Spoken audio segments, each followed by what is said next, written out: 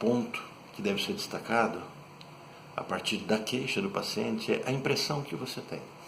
O diagnóstico psicanalítico a gente chama de diagnóstico diferencial. O que é o diagnóstico diferencial?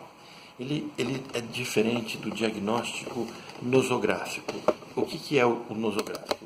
É o diagnóstico que caminha por meio da compreensão da doença. Esse é o nosográfico. Você vai a um psiquiatra, e o psiquiatra ele precisa identificar qual é o seu adoecimento, de que forma você está doente.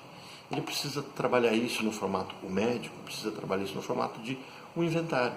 Ele tem na mente dele um grupo de perguntas, percepções que ele precisa ter a respeito do caso. Ele anota, vincula o seu comportamento, os seus sintomas a uma doença e busca uma solução.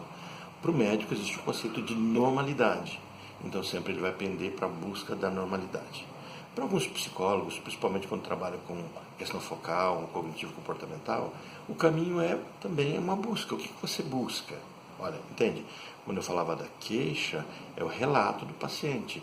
Quando eu falo o que você busca e só apenas isso, então o próprio paciente é intimado a dizer o que ele quer. O diagnóstico psicanalítico não passa por esse caminho.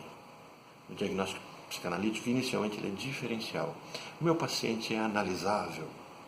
O caso dele convém à psicanálise. Então eu vou fazer um rapport, um acolhimento do meu paciente, deixá-lo à vontade, permitir que ele fale, que ele se esvazie e começa a observar os gestos dele, a forma dele falar, a forma dele se expressar, o tipo de busca, a concatenação de ideias, se existe uma associação. É um paciente que tem condições de ter insight, ter percepções.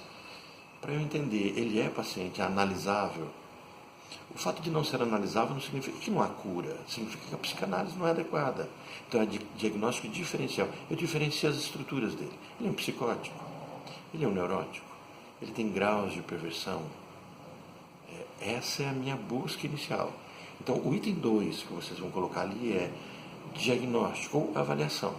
Essa avaliação não é decisiva, não é definitiva. O diagnóstico psicanalítico não é definitivo nem decisivo. Ele é metapsicológico, ele se reavalia a cada sessão. Então não há uma preocupação quanto a isso. Então qual é a sua impressão sobre o paciente? Queixa foi o item 1. Agora o item 2, qual é o seu diagnóstico? Qual é a sua avaliação? Ok?